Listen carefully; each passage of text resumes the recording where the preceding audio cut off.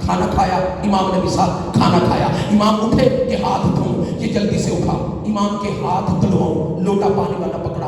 امام فرماتے تو ہمارا مہمان ہے، تو بیٹھ جا، ہم خود ہی دھو لیں گے۔ کہنے لگا میں مہمان بن کے آتا ہی نہیں، میں تو اپنے دل کے کعبے کی زیارت کو آتا ہوں۔ امام فرماتا اگر تیری یہی عقیدت ہے آ ہمارے ہاتھ دھلا، نیچے دشت ہے، امام کے ہاتھ ہیں، اس نے لوٹے سے پانی ڈالا۔ امام فرماتا نیچے دشت میں دیکھ کیا ہے، کہنے لگا پانی۔ امام فرماتا غور سے دیکھ، اس نے غور سے دیکھا، نیچے سرخ یاقوت تھے، سرخ یاقوت۔ امام فرماتا پھر پانی ڈالا۔ امام فرماتا نیچے دشت میں دیکھ کیا ہے، کہتا ہے تھوڑے سے یاقوت اور ایک طرف پانی۔ امام فرماتا غور سے دیکھ، جب اس نے غور سے دیکھا سرخ یاقوت اور سبز زمرد۔ امام فرماتے پھر پانی ڈال۔ امام نے ہاتھ دھوئے، فرمایا نیچے دشت میں دیکھ کیا ہے دشت میں، کہنے لگا سرخ یاقوت، سبز زمرد اور تھوڑا سا پانی۔ امام فرماتے غور سے دیکھ، جب اس نے غور سے دیکھا ایک طرف سرخ یاقوت تھے، دوسری طرف سبز زمرد تھے، تیسری طرف ہیرے جواہرات تھے۔ امام فرماتے اٹھا لے جا، اپنی بیوی کو کہنا میرا امام نہ غریب ہے نہ مجبور ہے۔ اب میری طرف سے اپنی بیوی کو تحفہ دینا اور اسے کہنا میرا وقت کا امام غریب نہیں۔ واہ، اٹھائے جواہرات بیوی کی خدمت میں۔ بیوی دیکھ کے کہنے لگی کتنا امیر ہے تیرا دوست، کہنے لگی تجھے میں نے کہا تھا کہ میرے دوست کے متعلق ایسی گفتگو نہ کر، میرا وہ وقت کا امام ہے، نمائندہ رسول ہے، خلیفہ رسول ہے، فرزند رسول ہے، اس کے بارے ایسی گفتگو نہ کر۔ کہنے لگی اگلے سال جب حج پہ جانا تجھے اکیلے نہیں جانے دوں گی، مجھے ساتھ لے کے جانا۔ اگلا سال آیا، حج پہ گئے، روزہ رسول کی زیارت کی۔ روزہ رسول کی زیارت کرنے کے بعد جا رہے تھے، امام کی خدمت میں ابوا کا مقام آیا جو مکہ اور مدینہ کے درمیان میں ہے، وہاں اس کی بیوی کا انتقال ہو گیا۔ انا للہ، پہنچا امام کے پاس کہ امام کو جا کے کہو کہ اس کے غسل دفن کا انتظام کرنا ہے۔ امام کی بارگاہ میں پہنچے، امام کو سلام کیا، امام نے سلام کا جواب دے کے پیچھے کی طرف دیکھا۔ امام فرماتا ہے جب تم گھر سے چلے تھے اس وقت تو دو چلے تھے، کہا سرکار یہی بتانے آیا ہوں اس کا راستہ میں انتقال ہو گیا ہے۔ امام نے مصلی عبادت بچھایا، دعا کی، کہا جا تیری بیوی درخت کے نیچے تیرا انتظار کر رہی ہے۔ اب یہ ماننے والا بھی ایسا تھا کہ اس نے نہیں سوچا کہ میں نے اسے مردہ چھوڑا ہے، خوشی سے پہنچا درخت کے نیچے، کہا تو مر گئی تھی۔ وہ کہتے ہیں کہ جب ملک الموت میری روح قبض کر کے لے کے جا رہا تھا، ملک الموت کے سامنے ایک خوبصورت حسین و جمیل جوان آ کے کہتا ہے الم تعلم ھذہ زائرتنا، ملک الموت تو نہیں جانتا ہماری زائرہ آ رہی تھی۔ ملک الموت نے میری روح واپس پلٹائی اور 30 سال میری زندگی بڑھا دی۔ امام کی زائرہ، اور جب گھر سے کوئی زائر چلتا ہے اس کی زندگی کی ضمانت امام لے لیتے ہیں۔ امام کی زائرہ تھی۔ ابھی آپ نے شاہ صاحب کا وہ جملہ فرزدق شاعر والا سنا، کسی کے ذہن میں محفوظ ہے تو ایک جملہ سنا کے آپ کی زحمت ختم۔ فرزدق شاعر نے چوتھے امام کی شان میں قصیدہ پڑھا، 40 شعر فرزدق نے کہے تھے جو ہشام بن عبد الملک اموی خاندان کے خلیفہ کو کہا تھا تو جانتا ہے یا نہیں جانتا، لیکن یاد رکھنا کعبہ سجاد کو جانتا ہے، اللہ کا گھر سجاد کو جانتا ہے، بیت اللہ الحرام سجاد کو جانتا ہے۔ اس نے شعر 40 شعر پڑھے، جب 40 اشعار پڑھے تھے اس نے کہا فرزدق اب تجھے انعام تب ملے گا جب تم میری شان میں بھی ایسا قصیدہ کہے گا۔ کہنے لگا میں تیری شان میں ایسا قصیدہ کہوں تو کیسے کہوں، اس کے نانے جیسا اپنا نانا لا، اس کے بابا جیسا اپنا بابا لا، اس کی ماں جیسی اپنی ماں لا، پھر تیری شان میں قصیدہ کہوں گا۔ نہ تیری ماں اس کی ماں جیسی، نہ تیرا نانا اس کے نانا جیسا، نہ تیرا بابا اس کے بابا جیسا، کہوں تو کیسے کہوں۔ امام سجد و ساجدین، رسول کے پاس ایک صحیفہ آئی کہ یا رسول اللہ آپ کے جانے کے بعد کیسے پتا چلے کہ آپ کا جانشین کون ہے۔